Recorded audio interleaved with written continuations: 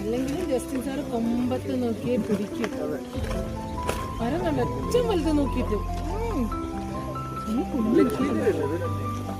പേരൊക്കെ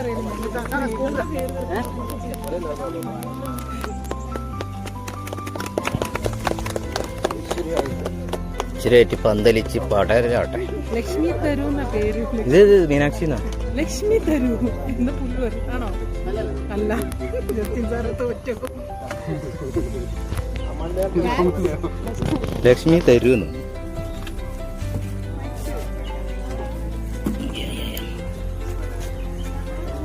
മുഖം കാണില്ലല്ലോ, വലിയ മരമായതുകൊണ്ട്. മതി മതി. ഗായത്രിന്നോ ലക്ഷ്മിന്നോ പേര്